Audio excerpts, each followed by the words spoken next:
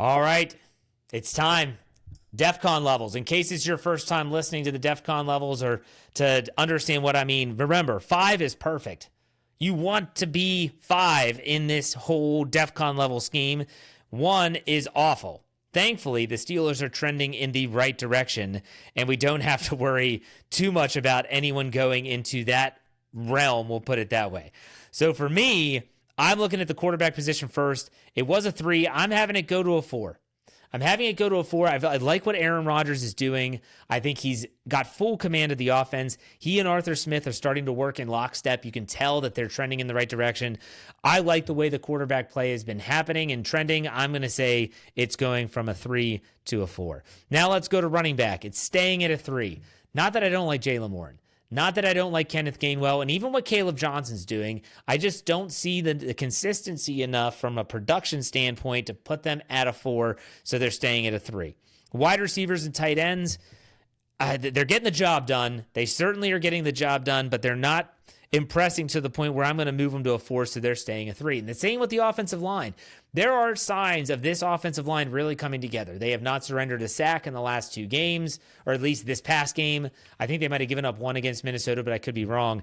They're definitely trending in the right direction, but I just want to see them be more well-rounded. I want to see them get better push in the run game. They're a 3, and they're staying a 3. So you have 1 4, the quarterback position, and the rest are 3s. That's not bad. That's really not bad. You go to the defensive side, things have changed. Defensive backs, you get Joey Porter Jr. back, Darius Slay and Jalen Ramsey and Deshaun Elliott. You see what you can get here. It goes from a 3 to a 4. Fantastic stuff. It is a 4. They are looking really, really good. This is what we've been waiting to see for a long time. Inside linebacker, it stays a 4. I love what we're seeing from Patrick Queen, especially. He's playing like a man possessed, like his hair's on fire.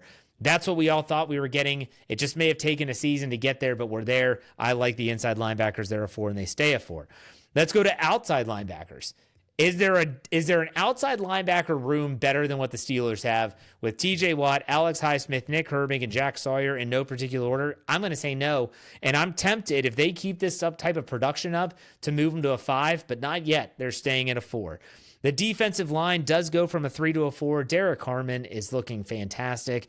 I gave him his flowers on the last podcast saying, hey, I didn't think he was going to be the answer that was, the savior was way too drastic, that's just so crazy to say that about a football player.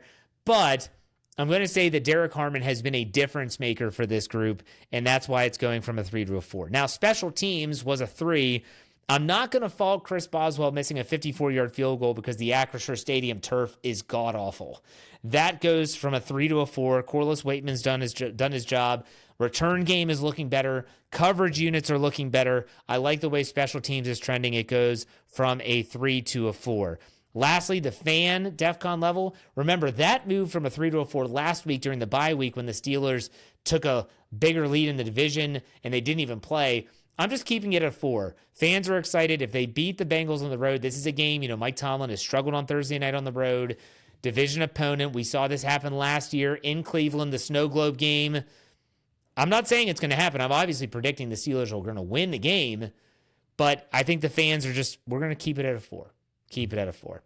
All right, let's dive into the mailbag segment. If you ever want your question answered, all you have to do is find me on Twitter at jhartman, HARTMAN_PIT. Every single Tuesday, I put out the tweet, you respond, I answer the question. Here we go. Steely's burner account asks, will the Steelers buck the trend and go on the road in a division game against their old nemesis Joe Flacco and get the victory Thursday night? I predicted they will. I said 23-20 Steelers. I think this is a group that is starting to buck some trends in more ways than one. We'll put it that way. Let's go to Jeff Coons, our buddy up north. Greetings from Not Matt, Canada. Just past Thanksgiving up north, and I remain grateful for these podcasts each week. Thank you, Jeff. Hey, thank you for all listening. I don't say this enough, but I want to thank you, all the listeners. And it's Thanksgiving up there in Canada, so I appreciate the kind words. He said, what kind of stat line would get Aaron Rodgers on the winners list versus the Bengals? Let's get close to 300 yards rushing, or not rushing. Let's go to 300 yards passing. Let's have a day. And he's throwing touchdowns, which is awesome, but I'd love to see a more prolific attack for him to get on the winners list. And that's the only stat. No, let's not turn it over, all that fun stuff. Nathan Vance likes it. Hey, Jeff, I'm still going strong in the Survivor League and would like your opinion on who to pick for this week. All right, so I'm looking at a screenshot here. I would say you haven't taken the Patriots yet. They're going against the Titans, who just fired their coach. I would say the Patriots is a good pick, and I haven't looked really closely at the docket. But, yeah, and I wouldn't say the Bengals. I wouldn't take the Steelers in this one. I'd lean at the Patriots. Patriots at Titans. They're playing good football. That's where I'm going to go with that one. All right, Eric Askew. This is more of a league-wide question. I was watching the Pitt game on Saturday, and the ACC let viewers listen in and see referee conversations with the booth when reviewing a player penalty. Would you like to see that in the NFL, or do you find it to be too much? I would love that. Are you kidding me? The NFL would never do that. They don't want you to hear what's being said. They don't want you to hear maybe that they blew a call. I would love to see it, but I don't think they'd ever do it. And hell, to be too much, we're waiting anyways. Might as well let us know what they're saying. All right, let's go to James. He asked, Jeff, this is a two-parter. First question, do you think Pat Freiermuth is seeing a decrease in usage to prevent injuries, therefore making him a more appealing trade candidate? Yes, I went there. So let me answer that one first. I don't think they're limiting his play because of injury prevention. I don't think that at all. But I also think that it's just basically they see more value in a Darnell Washington, Jonnu Smith 2 tight end set than they do with a Darnell Washington / Jonnu Smith in a Pat Freiermuth set. He said, secondly, what do you think is the driving force in Washington's increased usage? The guy is like an extra tackle. He does a great job blocking, whether it's pass blocking, whether it's run blocking, and now they're throwing in these wrinkles with him as a receiver. This is what we've been waiting for since 2023 when he was drafted out of Georgia. This guy's a dual threat. This is going to be so difficult to defend. They are just scratching the surface here. Interesting question. I don't think Pat Freiermuth is getting traded either. All right, let's go to Will Caldwell. He asked several questions. He said, Jeff, do you agree with the sentiment that Aaron Rodgers is having an X-factor effect on this team, helping overcome some of these Steelers' tendencies, i.e. losing in week 4, hopefully winning on the road this Thursday? Or to you, is the team's performance more coincidence? I think there absolutely is a ripple effect to Aaron Rodgers being the quarterback of this team. They're buttoned up. And I know that's something that Colin Cowherd used to say all the time when I listened to him. He said, you could tell the teams that are buttoned up. They're doing the little things right. They're not having these mental mistakes, these errors in the scheme. Like they get it right. Aaron Rodgers is demanding that his teammates on the offensive side of the ball get it right. And I don't think that's a coincidence. He said, next, to piggyback off another question here, do you foresee any movement of a position or positions with good depth for another piece at a position of perceived need? He said like good depth could be inside linebacker, outside linebacker, or tight end. The positions that we might need, wide receiver or defensive line, or do you think the team is set at this point? I don't expect the Steelers to move anyone or anything until closer to the deadline. The deadline is November 4th. They have time. Let's see what they can do. Let's be patient. I don't see a move coming anytime soon. Will Caldwell also said, last question on a scale of 1 to 10, how satisfied are you with the state of the locker room culture?